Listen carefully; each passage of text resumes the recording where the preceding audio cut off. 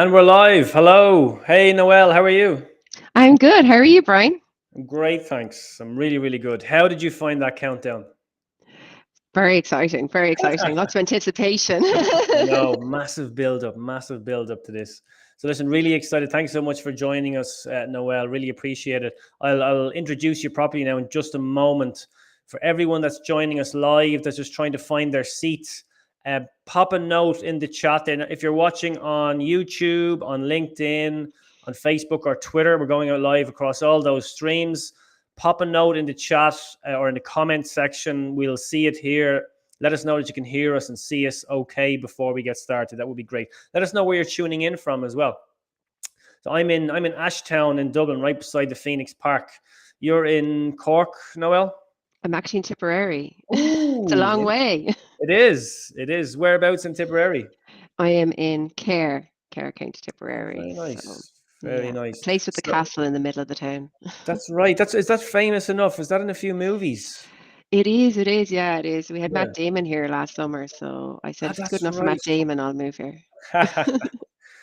And are you do you when you're in the office then do you commute to the office in Yeah, Cork? I You do do. indeed. Yeah, yeah. Very good, very good. So great. People, it looks like people can hear us anyway, which is the great news. So Brona is in County Down, Kilcleef, County Down. Hi, Brona. We've got Limerick represented. Hi, Eva. And where else? Oh, Cabinteely in Dublin. Hi, Barbara. And we're looking and sounding good, which is always nice to hear. And there's Adrian. Hi, Adrian. Dublin 14, loud and clear. Okay, and West Carmel. Hi, Carmel in Westmead. Fantastic. And I think we've got Denise in Dublin. So it's great. So I'm seeing LinkedIn, I'm seeing YouTube come through as well, which is fantastic.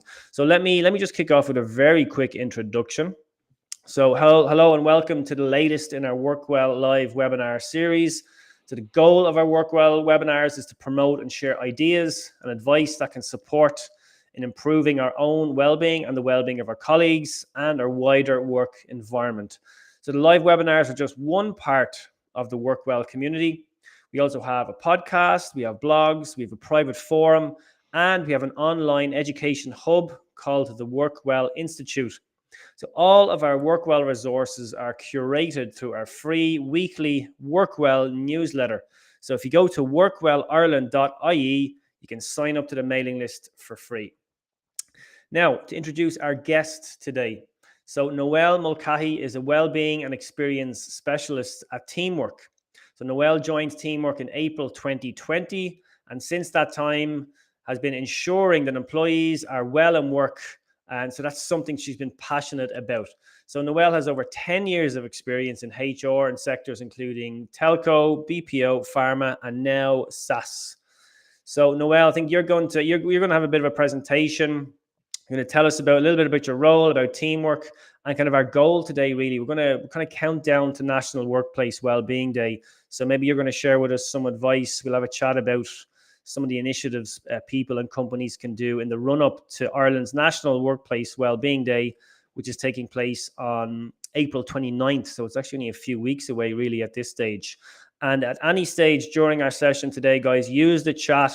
I'll monitor the chat. If I see anything pop up, an interesting question, we might try and take questions in running. So pop in a question or two for Noelle. No matter what platform you're watching on, LinkedIn, YouTube, Facebook, we'll see all the comments.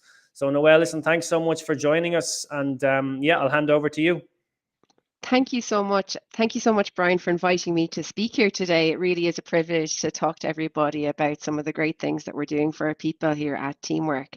As Brian said, I am the Wellbeing and Experience Specialist here at Teamwork, and I sit in under our internal comms and culture team, which sits in under our people function here at Teamwork. And we look after everything from internal comms, we organize internal events, we would look after all of the things around employee well-being as well, including well-being events, to managing our stakeholders, to everything, even employee swag, all of those things. So that's, I suppose, just a little bit about my role. And then today what we're going to talk a little bit about is a little bit about the history at Teamwork, and we're going to talk a little bit about a little bit about teamwork and a little bit about the history of well-being at Teamwork and how we got to where we're at today. And we're also going to talk a little bit about how we look after our people here. And we'll finish off with just a couple of ideas, recapping on a couple of ideas for National Workplace Wellbeing Day. So I'm just going to kick off and tell you all a little bit about Teamwork. And Teamwork was founded in 2007 by our founders, Peter Coppinger and Dan Mackey. And at the time, they were running an agency. And the agency was getting bigger, I suppose bigger, but also getting busier and busier. And they just decided that it was time for them to invest in some project management software. So they did that, and they just found that none of the project management software really met their requirements. So they decided, we'll create our own, which is exactly what they did. And since then, the business has really gone from strength to strength. So we now have over 300 employees, and we're growing. We have 6 offices with our headquarters in Cork. Even prior to the pandemic, 25% of our people would have worked remotely, but now that number has grown greatly. So we have an awful lot more remote employees as well. We have 5 million users of our products around the world, and our mission is to make client service teams everywhere organized, profitable, happy, and it's profitable and happy. So that's just a little bit about Teamwork. As I said, that we have over 300 employees. We are based in 21 countries around the world, and we have 26 nationalities. So there's lots of diversities, but lots of people with varying priorities that we need and that we want to meet as well. So that's just a nice visual to show you how where our people are based. So that's just that. And just to go through a little bit about the well-being at Teamwork. So I think a lot of people, this will kind of resonate with a lot of people who work in the areas of well-being. And at the start, I suppose, or before, our well-being initiatives would have been very, very ad hoc. So we would have done things like we would have brought puppies into the office, or we would have had, like, I think there was a running group at one stage, or we would have had step challenges. But nobody was really asking why, or what do we want to achieve from this, or, is this what our people really want? So I think then in 2020, we kind of moved into a little bit more of a reactive space, which I think a lot of people really did, because we were really just trying our best to support our people throughout that time when there were no childcare and working from home. And I think everyone just kind of wanted to put their arms around their people and make sure that they were doing okay.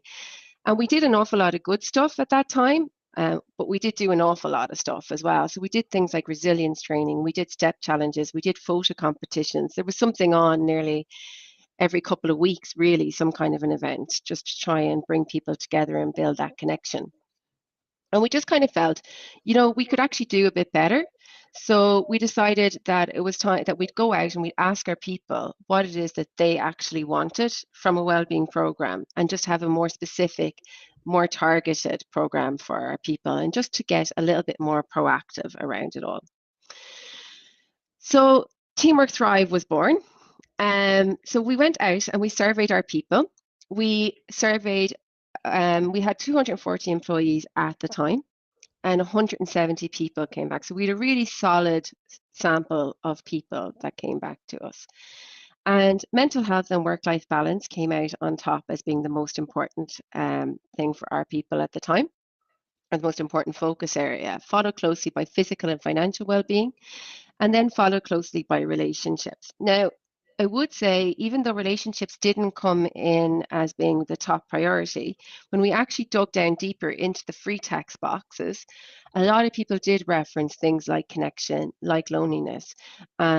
So I would say, if you are going to go down the route of a survey, definitely have some free text boxes, because you can really find some gems there. It's not as easy to evaluate, but it's definitely really, really good to kind of get the voice of your people. So once we had all of this information, we were then able to tailor a wellbeing program that our people wanted. So what did we come up with? We decided that we wanted happy, healthy employees that felt valued by Teamwork. And we would get to this through 4 main pillars. These were thrive in your mind, thrive in your body, thrive in your relationships, and thrive in your well-being. So some of the things that we've done under each of these programs include, I'm just going to go through each of them one by one. So under Thrive in Your Mind, we've always had an employee assistance program here at Teamwork. but we've upped our promotion of it to make sure that people are more aware of it. We've also been promoting the areas that people wouldn't traditionally associate with an employee assistance program. So I know our employee assistance program provides life coaching. It provides financial wellness, or financial advice. It also provides legal advice as well. So just letting people know that it's more than just a counselling service. It does that, and it does that really, really well, but it also has other functions to it as well. We still bring in speakers from time to time into the business, but each of the speakers that we bring in now, we make sure that they're linked to one of our 4 pillars. So it actually adds value to our people. So, for example, I know I have Brezzy and Brent Pope and Dermot Whelan down there, with Dermot coming in next week, and these were all great. But we also have had talks, let's say, in association with Leah last month, where we had minding your mental health while you return to the office. So a lot of people, it's going to be a bit of a culture shock as they go back to the office and go back to the world of commuting. And just making sure they know what to expect and what to do if they're struggling with it, and where they can go for support. We've also run mental health awareness training for managers. So that was kind of threefold. So I suppose one of the areas that we wanted to focus on was when you are a manager, a people manager, and somebody says to you, "Can I just grab you for 5 minutes?" You don't know what they're going to actually say to you. They could say they want a day's annual leave. They might have a problem with work, or they might be telling you that somebody in their family is sick, or that they're sick, or that they need further support. And we just wanted to make sure that our managers felt equipped to handle those conversations. So, and to know that they don't have to handle them alone, so that they can get support and where to go to get that support, and that there is people around to help them. We also wanted to make sure that managers felt equipped if they thought somebody in their team was struggling, and maybe they were becoming a little bit withdrawn, and what they can look out for in that area as well. And we wanted to make sure that they felt comfortable in approaching that conversation. And then finally, we wanted to make sure that they knew how to look after themselves. So we had some self-care tips for our managers as well. So we had some self-care tips for our managers as well. Mental Wellbeing Month. So we've always taken part in National Workplace Wellbeing Day. But one of the things that actually came back from our survey is that we were doing a little bit too much, and people found that they were too busy to attend all of the events. So what we actually have done this year is we've actually stretched April into being our Workplace Wellbeing Month. So each week in April, we're having an event linked to one of our 4 pillars. So for example, this week, it's all about physical wellness. Next week, it'll be about mental wellness. The following week will be about financial wellness. And then the following week is going to be about building relationships. And then on National Workplace Wellbeing Day, we're actually going to give people time back and have an optional internal planned meeting free day. And so that's that. And then we've also taken part in World Mental Health Day. And then we also have our hashtag recharge, which is one of my favorite things. And you'll see the photo there. That's actually people taking their hashtag recharge. And what that is in October 2020, I suppose we were going into another lockdown, and we kind of thought, well, the one thing that got people through the first lockdown was the weather and the fact that we could get out and about. And if we have a winter in lockdown, it could be really tough for people not being able to get out and get some sunshine or just get a break for themselves. So we came up with our hashtag recharge, which was basically we give people 30 minutes a day that they can refill their cup. So it can be used to go for a walk, it can be to ring a friend, it can be just to sit down, have a Twix and a cup of tea and some peace and quiet before the kids come in from school. Whatever it is that you want to do or will refill your cup, you can do that during that time. We also have had 2 mental health days. So we'd one in November 2020. And last year, every year we bring all of our people together for our Grand Council event, which is basically just a get-together event for all of the company. But last year we actually launched it with a mental health day, which we called the Grand Recharge. We've also done a lot in the realm of Thrive in Your Body. So this is probably the second most popular for our people. And they want to, so we've done a lot of step challenges. We do one every September. I kind of feel like September is like a softer January. People kind of want September, is it? September, yeah, September, exactly. very good. Exactly. So it's kind of like a softer January. People want a little bit of a routine back. But once that kind of was coming to an end last year, we actually ran a maintaining positive habits talk. So to help people to carry it on as the evenings were getting darker. Um, all of our people get a gym allowance as well, and we've extended that to include virtual classes and virtual PT sessions as well. We've done things like yoga classes. We did a Couch to 8K last year. We did HIIT classes. We got some feedback that not everybody loves the steps challenges, and not everybody's that competitive. So we came up with a well-being challenge. So it kind of like had 5 areas, and it was just like a little bit of a nicer challenge, I suppose, for people. Things so you got points for doing things like reading 100 pages of your book, taking 3 recharges in the week, getting 3,000 steps in before lunchtime. And we just allocated points to people for each of those as well. We also have health insurance for all our employees. And last year we had one of the scariest talks I've ever attended in my life, all about ergonomics and how sitting is the new smoking, which I'm conscious I'm sitting now while I'm saying it all. I'm standing. Show me up there, Brian. No, Noelle, can I just say we've got a couple of questions in. This has been Great. brilliant so far. Just a couple mainly. Well, the first one was on the mental well-being slide. So you're thriving at mind, really. Yep. And I might answer this again. Well, I just have to give my 2 cents anyway. So what mental well-being advice would you recommend for someone who is a new joinee?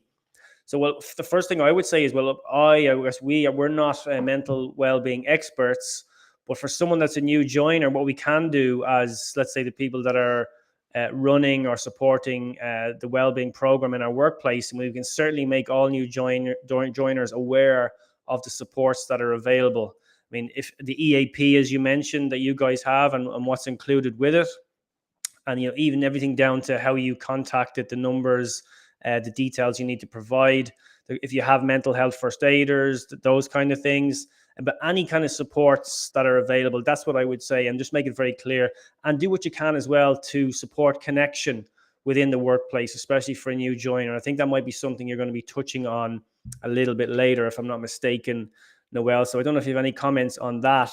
And then the only other question then is from Adrian, just talking about if you how and how often would you assess the effectiveness of some of these activities? Would that be going back to your surveys?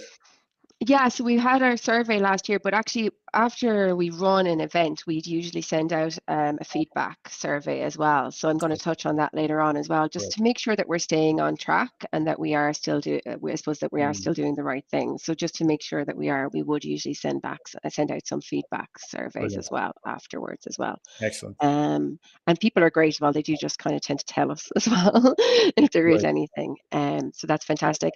On the first question as well, I would say as well, don't be afraid to reach out to people. I think when you're new to an organization, it's it's really good to understand what different teams are doing. So don't be afraid to pop somebody a chat message or send them an email and say, I'd love a coffee and just to understand your role and what it is you do in the business. People love talking about themselves, but it also helps you and you're building connection and you'll learn more about the business as well. So I know it can be hard and it can be quite daunting when you do start a new business in a new role. But I also say look after yourself as well. It is draining when you start a new job. So just be kind to yourself as well. So absolutely, well said. Absolutely. So we'll go on then to the next one is around thriving in your finances.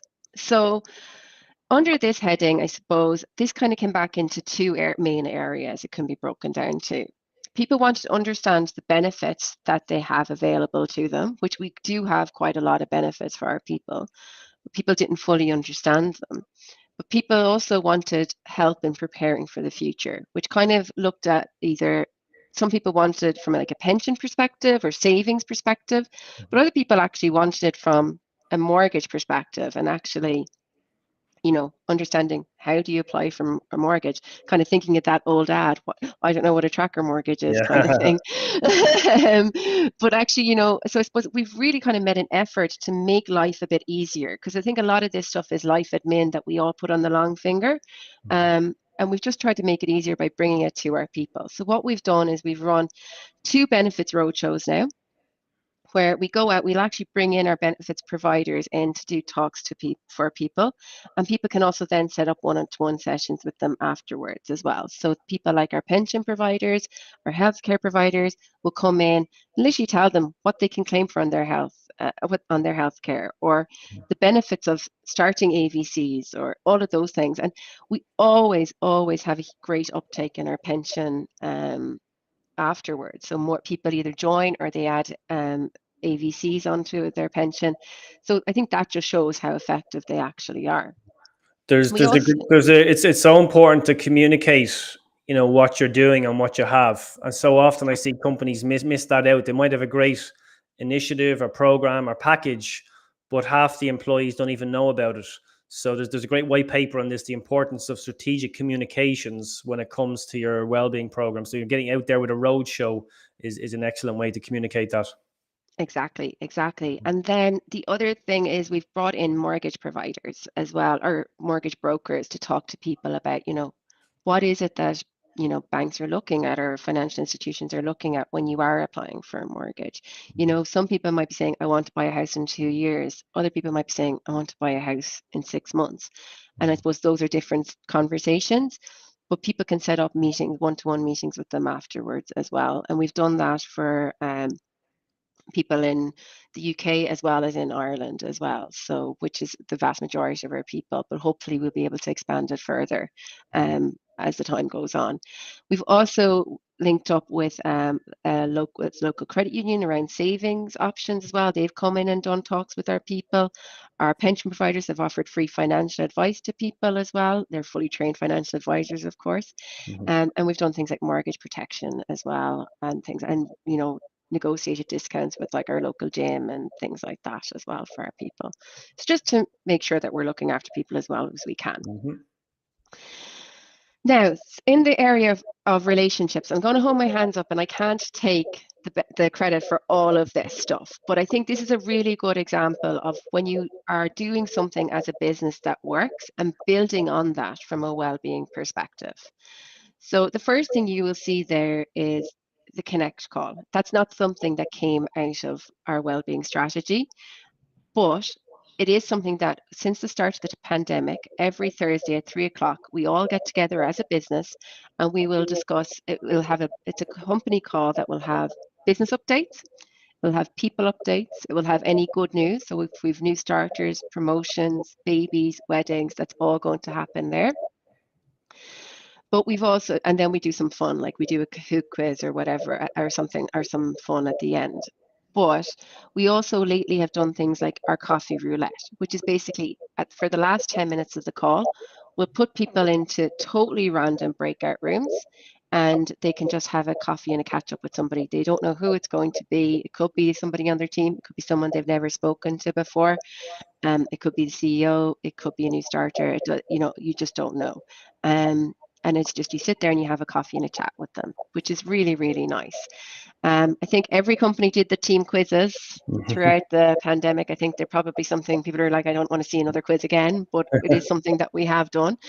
Our Grand Council has always been a staple in our teamwork calendar, but I suppose with the details from the survey, we were able to put a bit of incorporate, I suppose, well-being and mental health into it a bit last year. As I said, we kicked it off with a mental health day. Our keynote speaker was also Deborah Searle, who was the first woman who sailed solo around the world, but she spoke about mental resilience and how to look after yourself working remotely. So that was just something that we built into it as well as things like team building events as well. We have our hackathon, again, not something that came out of our wellbeing strategy, but definitely something where people can work on projects for 24 hours, but it's fantastic for cross-team alignment. And we run that throughout our every November in our business. And so that's also really good. It's probably one of our greatest events. And then we also have done an awful lot of work to incorporate family and even pets into everything that we do here at Teamwork. So you'll see there's a photo of a Connect call. That was on International Dog Day. So we all brought our dogs onto the Connect call that day. Last Halloween, we actually ran an art competition for kids, and they were able to win a voucher to go and buy some toys or whatever it was they wanted. We've always had kids' Christmas parties as part of teamwork, but last year we actually, obviously it was virtual, so we did our Santa like we did every year. But as we're growing internationally as well, what we did is we did a magic show for people. Um, and we sent them all out swag boxes with sweets and everything they needed to take part in the magic show. So I think there's lots of magic tricks being shown last Christmas in teamwork households, which was really, really great as well. And we've lots of family friendly policies. I'll talk a bit more about them later, but we have ones like Santa hours at Christmas. So throughout the month of December, people can work up their hours and take a half day on a Friday, get their Christmas shopping in, do whatever it is that they want. Or, the morning that you've got it, your little one is starting school, you can actually take that morning off and attend school, then grab a coffee or whatever it is you want afterwards before you come back to work. So it's just a nice little thing for our people to have. So what did we learn? Ask people what it is that they need, I think is really, really important. Having open communication. So for example, some of the events we've run, people have actually come to us and, it's been from direct feedback from people. So things like having, people saying that they felt lonely during the lockdown, or, certain countries had never come out of a lockdown in 2020. So we actually brought in Brent Pope for that reason, because he was doing a lot of work in that area, talking about loneliness and how to deal with it. Leadership buy-in and sponsorship is so important for any event that you're going to run, any well-being initiatives that you will run. If I can get leadership involved, when I get leadership involvement, when I get Dan or Peter or somebody involved in an event, I literally see attendance or engagement skyrocket. I've seen step challenges double in size. I've seen speaker engagements literally double in size. It's amazing what that sponsorship can do. So I would really get that engagement when you can. Keep it simple. So don't be afraid. You don't need to reinvent the wheel. Don't be afraid to try new things, but also don't be afraid to change something or to stop something if it's not working. So a good example of that would be last year we had great intentions of doing a virtual relay marathon. We'd announced it. We said we were going to do it. We got somebody in to help with the training plan for people. But loads of people who signed up, the majority of them came to us and said, I really want to learn how to run like 8K or 10K. I don't want to be part of a marathon. I don't want to be part of a relay team. So we just pivoted it and we changed it to be a couch to 8K instead of being a relay marathon, because that's what people wanted. So just to, I suppose, some advice around that. The next part that I'm going to go through, I suppose it's a little bit. Can I ask you a question quickly before you move on to the next part? Actually, it's coming from Claire. She's just asking, do you have kind of performance reviews at Teamwork? And if so, is well-being incorporated into them in any way? We do have performance reviews at Teamwork. It's not actually incorporated into it, but you will see in the next slide that we do have quite a lot of policies and stuff for our well-being is a key part of that. So it is built into our culture, but it isn't part of that, the review process. So I'm not aware of any company in Ireland that is doing that as yet. I know AIB are talking about it and maybe doing it soon. But if I'm mistaken, I'd love to hear from any person or any company that it has included some kind of well-being metric into their performance reviews. But yeah, I'm not aware of any company doing it as yet. Yeah, so would I actually. So please reach out if you do. Interesting case study, yeah. Absolutely, 100%. So the next part that I'm going to talk about, it's a little bit outside of our well-being strategy. I suppose, and we have an amazing people team at Teamwork, and it's really important to us from when people join that they get a great welcome, but also throughout their time with us that they have a really wonderful employee experience while they're working with us. And I think a lot of this is the basics, but I think it's something that we do really well here at Teamwork. And I have to give a shout out to our amazing people team who look after this. Like we would all work on it together, but obviously they do an awful lot of the work around this as well. So it's definitely a team effort here at Teamwork. So, which is good considering our name. So I'm just going to start by talking a little bit about the new starter process here at Teamwork. So obviously, when employees start with us, everybody will get a laptop. But also the week before you start, you'll get a swag box. And in your swag box, it will have things like a teamwork t-shirts, teamwork hoodies, notebook, pen, even a yo-yo. It'll have your teamwork water bottle and a teamwork travel mug as well. Everybody on their first day will also get an induction with a member of our people team.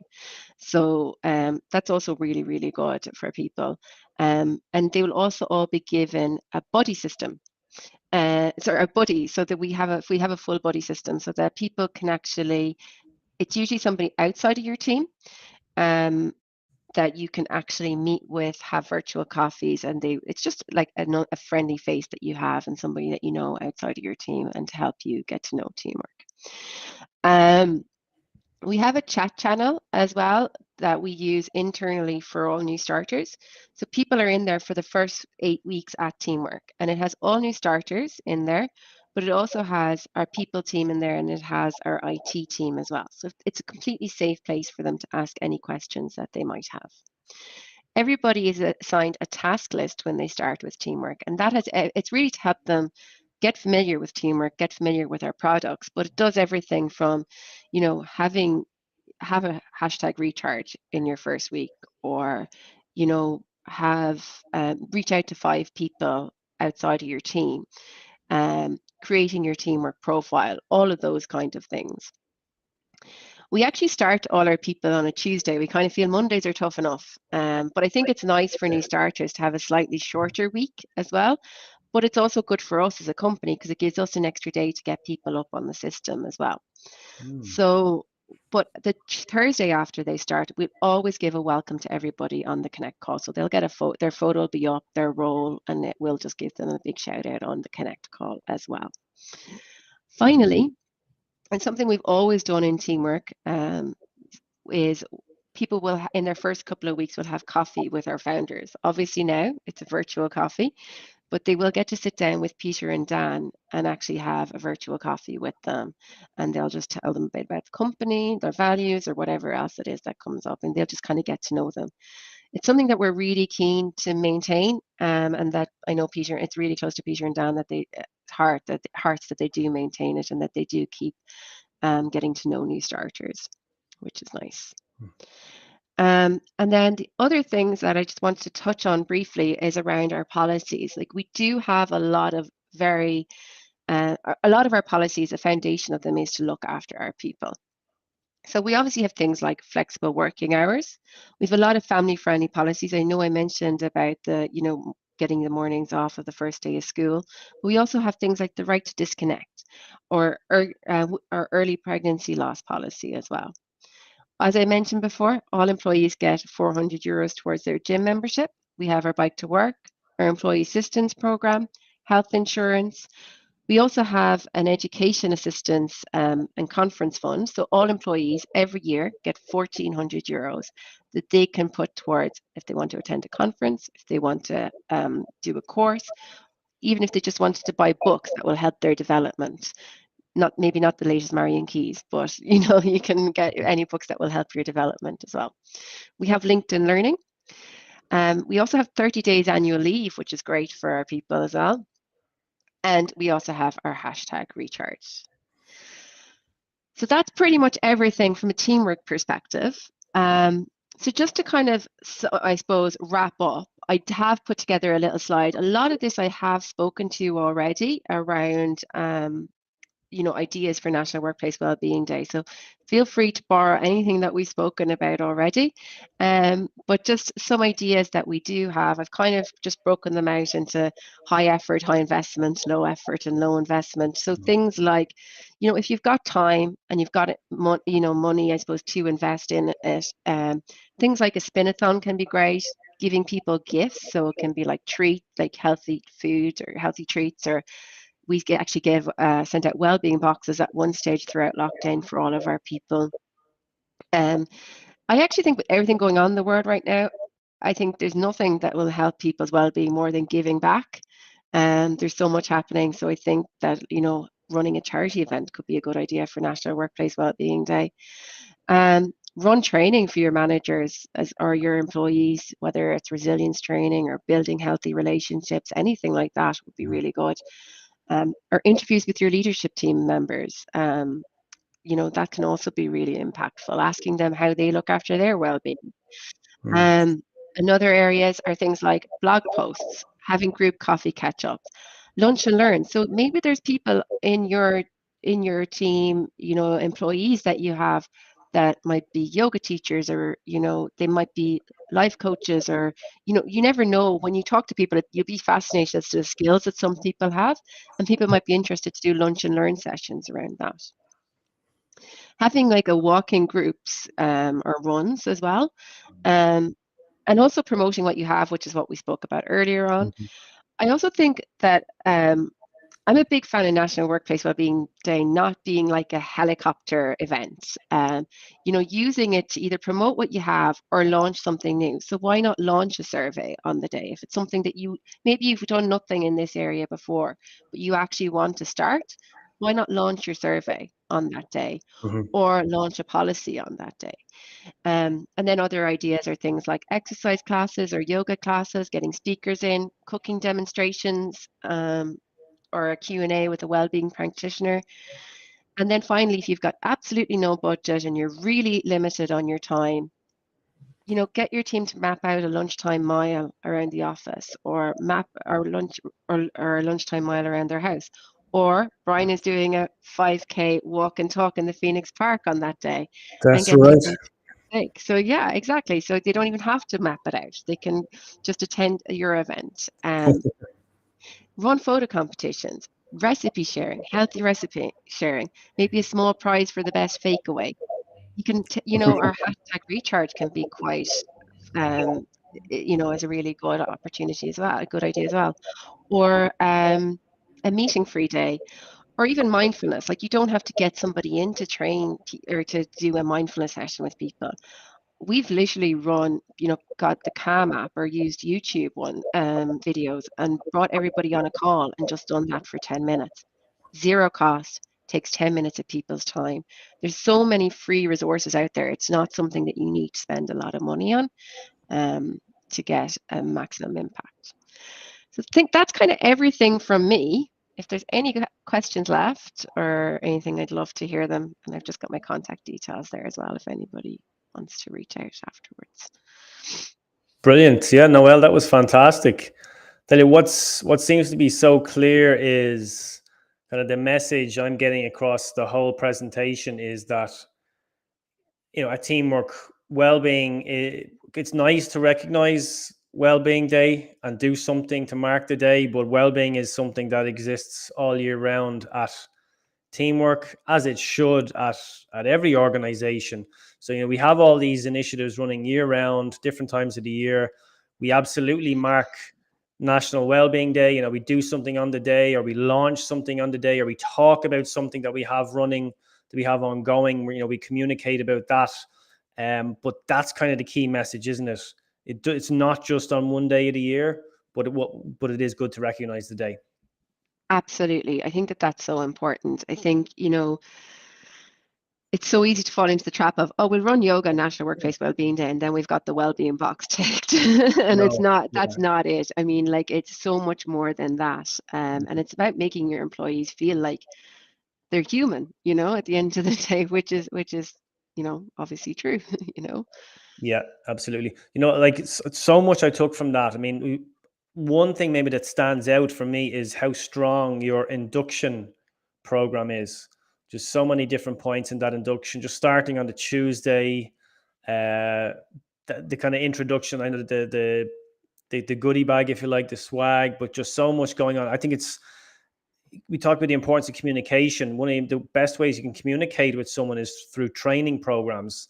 And how better than the very first training program they'll ever go on with your company, the induction program.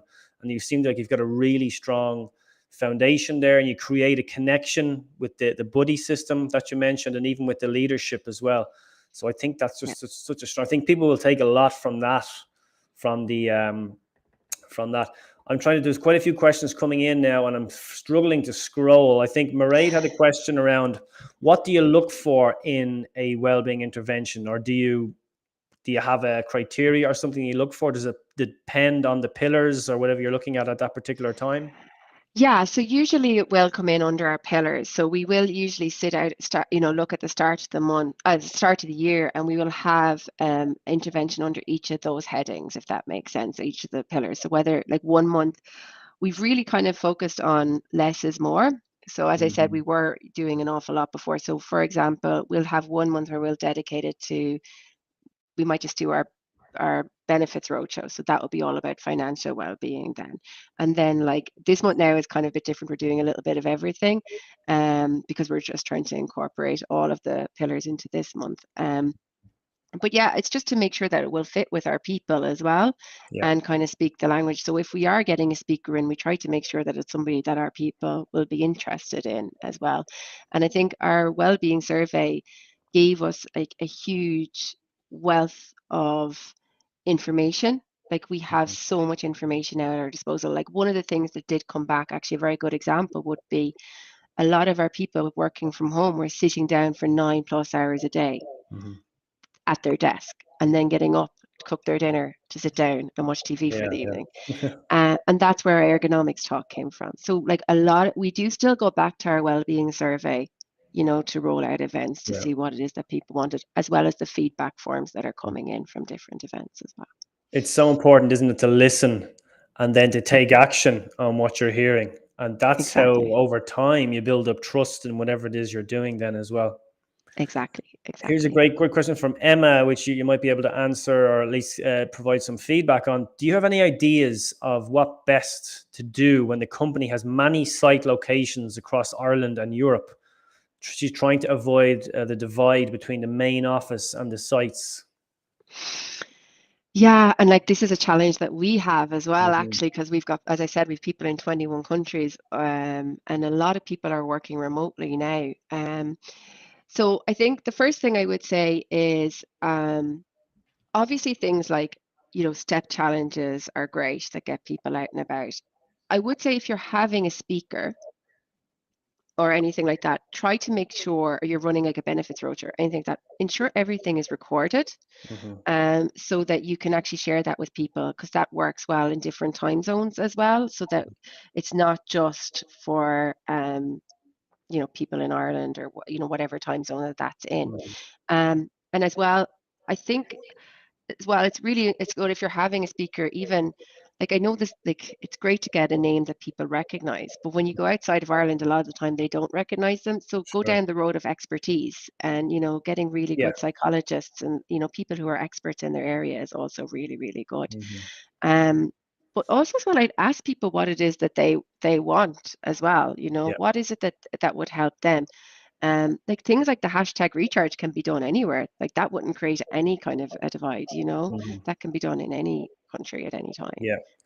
And I would add to that, to Emma's point, if you have something like a network or a group of wellbeing champions, someone kind of a representative, if you like, at each location, a representative for each of the different role types, because we might have office-based staff, we might have factory staff, we might have retail.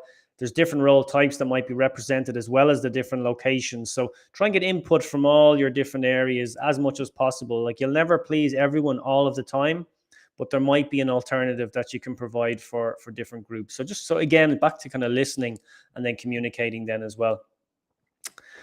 Question from Elena. How do you encourage people taking part in wellbeing initiatives when everyone seems to be time shy, poor for time? Yeah, I know. I do think that this is obviously a challenge I think that a lot of places are having at the moment. I think the first thing I would say is communication. Get things out there early. Something we've done in the last probably 6 months or so that shockingly we weren't doing before is putting it in people's calendars. Such a simple thing to do, but it's in everyone's calendar and the minute that it's organized, and then they know that it's coming up. And then having good communication around it as it's coming up as well, as to why it's going to be important. If you can get leadership sponsorship, that would be amazing. So I suppose so people know why it's important that they attend and what they're going to get out of it. You mentioned how powerful that was when, was it Peter or Dan mentioned they were going to a certain initiative, and Exactly. that changed everything. It opened the floodgates to people, if you like. Absolutely. And then the other thing I would say is I would go back to the recording as well. Like a lot of people will go back and watch recordings and reach out. And I know some speakers, you can only have them for a week, but sometimes that's all you need because people might not go back a year later, you know. But it's good to have the recordings there as well for people. I think if they are time shy, that they can just put it on in the background. Well, and you know what? And something you hinted at, and something that I talk about quite a bit as well, especially for Wellbeing Day, is wellbeing initiatives don't have to be something that take up people's time. They can actually be things that give people back time. So, like a finish early Friday, if that's within your remit, and no meeting Friday. I mean, if that's just your only wellbeing initiative for Wellbeing Day, I think people will probably remember that and enjoy the day. So they can actually be initiatives that give back time, as opposed to people, needing to sign up and go to something. So thanks for that question, Elena. Yeah, I think it's similar. Aruna is just asking how to maximize engagement, just to to try and reach as many people as possible. It's probably back to the communication, really, isn't it? It's communication, yeah, absolutely, and leadership sponsorship as well. It really helps if you can. Yeah, brilliant. And I think any final thoughts? Just lots of lovely messages coming in. Thanks everyone for all the lovely comments and questions. If there's any final questions, just pop them in. And any final thoughts then, Noelle? What are you going to be doing yourself? Do you have any particular plans on April 29th? We're doing a meeting and a day of free of internal plan meetings. Sorry, I'm still struggling to get that out. Yeah. So basically it's going to be, obviously there's certain areas of the business where it doesn't really work for them to have a meeting free day. So it's kind of going to be internal planned meetings that we won't be having on that day for our people. But we're kind of building up to, we're doing a lot of our events in the build up to it. So on the day we'll kind of just pare it back and give people back that time. Brilliant. Yeah, very good. By the way, you touched on, you have a right to disconnect policy, I saw. Yes. How did you come up with that? It was, we came up with that, I suppose, with regards to our right to disconnect policy. It kind of focuses on three main areas. Protecting the mental health and well-being, obviously, of our employees, preventing team member burnout, and I suppose providing clear boundaries between work and personal life. So I think particularly when we're all working from home, it's kind of really important that we have that separation in the day between the two, because it was just kind of, there were three focus areas that the team work focused on for that. Fantastic. So listen, if anyone has any final questions and they didn't get a chance to ask them now, drop me a line. I can pass on the details to Noelle if you have questions for Noelle. Noelle also shared her details. The recording, the replay will be going out to everybody that registered, as will the slides. And Noelle has touched on it already, but if you happen to be based in Dublin or close to Dublin, on Friday, April 29th, National Workplace Wellbeing Day, I'm organising a 5K walk and talk in the Phoenix Park. So if anyone would like to pop along to that, and especially if you're in the wellbeing space, if you're trying to promote wellbeing in your workplace, it'll be a nice chance to meet some like-minded individuals. We'll go for a really light stroll in the park. It'll be nice and early. Hopefully we'll beat the traffic around 7:30 if you're up for that. There'll be free porridge provided in the hole in the wall then as well afterwards. So it'll be a real walk and talk, and a more conversation and fresh air than you can shake a stick at. So a really nice way to start your Workplace Wellbeing Day. I'll include a link to that in the email that goes out to everyone that registered as well. Listen, Noelle, thanks so much for your time. Incredibly informative. Great to hear so much about you and your role and on the work teamwork are doing. Really appreciate your time. Great. Thank you so much, Brian. Thank you for having me.